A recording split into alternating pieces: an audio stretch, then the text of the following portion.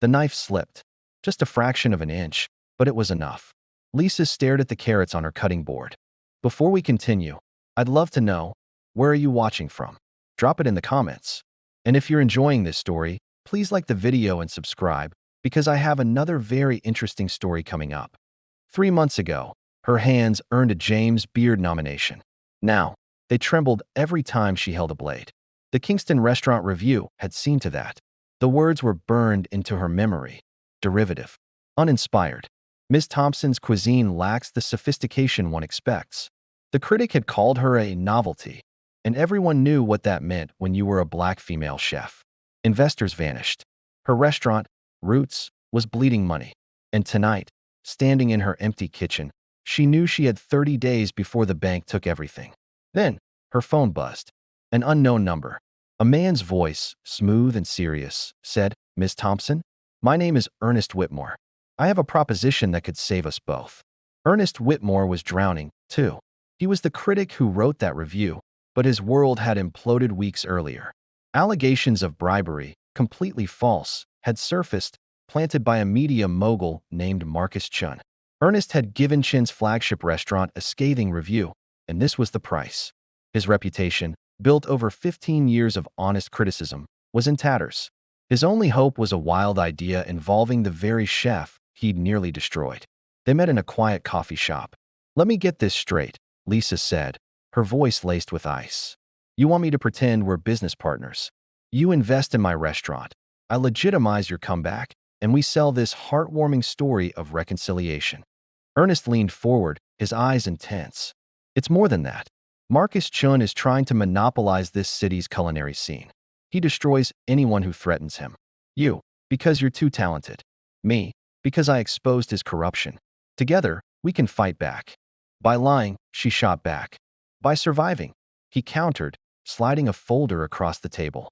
Inside was evidence of Chin's empire of intimidation and fake reviews, damning but incomplete. "I need credibility to publish this," Ernest explained. "And you need capital to save Roots." Lisa stared at the documents, her mind racing. It was a deal with the devil, but it was also her only shot. 6 months, she said finally. "We play partners, you finish your investigation, I rebuild my restaurant. Then, we go our separate ways." Ernest agreed. 6 months. Neither of them realized that saving a restaurant and destroying an empire rarely stick to a schedule. The announcement hit the culinary world like a shockwave. Unlikely alliance. Disgraced critic invests in rising chef. Some called it redemption, others, desperation. Marcus Chin's newspaper sneered. Questionable judgment continues. But the plan started to work. Ernest's money kept the lights on at Roots, and his connections brought in curious diners. As they spent long nights in the kitchen, rebuilding the menu and the restaurant's reputation, something strange happened. They started to connect. One night, Lisa pushed a spoonful of a new dish towards him. "Braised short ribs with pomegranate molasses," she announced. Ernest tasted it, his critic's face unreadable for a moment. Then, a slow smile. "It's perfect. It's you." Bold, unapologetic. "That's what got me in trouble," she reminded him. "That's what makes you brilliant," he replied softly. The air between them crackled with an energy neither of them wanted to name. Lisa's best friend and sous chef, Doris, saw it all. "You're falling for him, aren't you?" she asked later, cornering Lisa in the walk-in cooler. "It's not real, Doris," Lisa insisted. "It's survival." Doris just shook her head. "Survival doesn't make you smile like that when he walks into the room." But Lisa couldn't afford feelings. Not when their entire world was built on a lie. Ernest was fighting his own battle, too.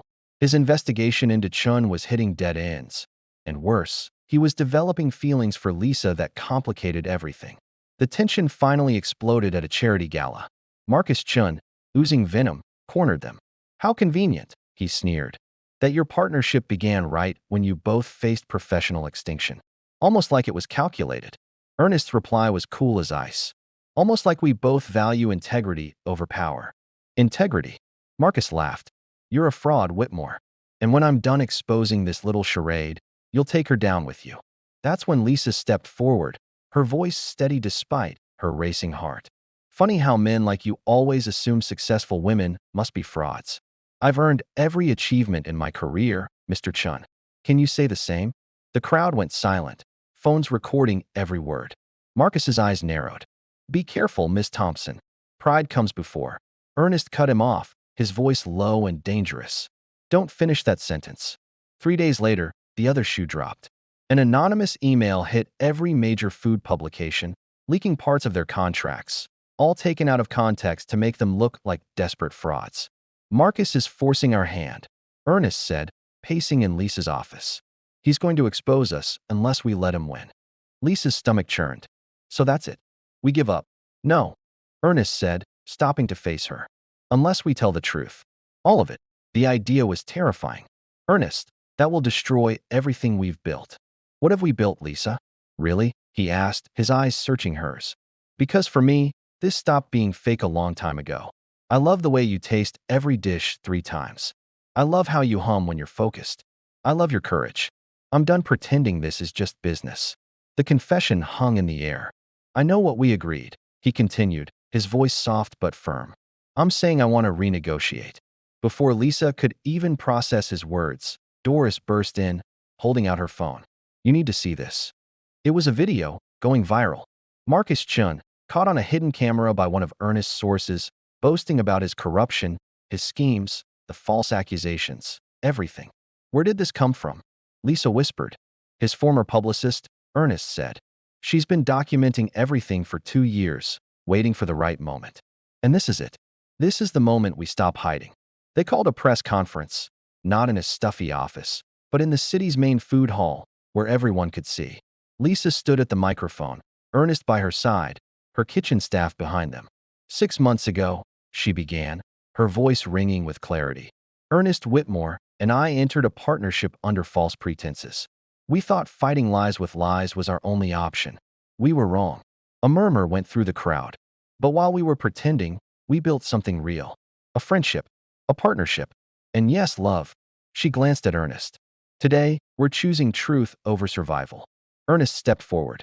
"I spent my career believing objectivity meant distance. Lisa taught me that real criticism comes from passion, from connection. Marcus Chun tried to destroy us because we represent something he can't control, authenticity." He held up a small USB drive. "This contains evidence of his corruption. I'm turning it over to the authorities today, along with testimony from 47 other people he tried to silence." The hall erupted. Questions flew from every direction, but Lisa only saw Ernest's hand reaching for hers. "Together?" he asked quietly. "Together," she promised. 1 year later, Roots wasn't just a restaurant. It was a movement, a hub for marginalized chefs and authentic voices. Ernest's expose had brought down Chen's empire, and his new book, The Taste of Truth, was a bestseller. One quiet Tuesday, after service, Lisa found him in her kitchen. "A year ago," she said, "I thought I'd lost everything. Turns out, I just needed to lose the fear of being seen." She turned to face him. "You saw me when I was terrified to be visible." He pulled her close. "And you taught me that the best things in life aren't observed from a distance. They're experienced, tasted, felt." She laughed. "That's very poetic for a former critic." He smiled.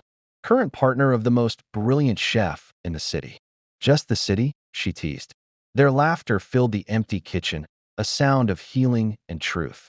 They had started with a lie, but together, they had built something unshakable, seasoned with the one ingredient that made everything else possible: truth. Thanks for watching. Don't forget to like and subscribe for more stories like this.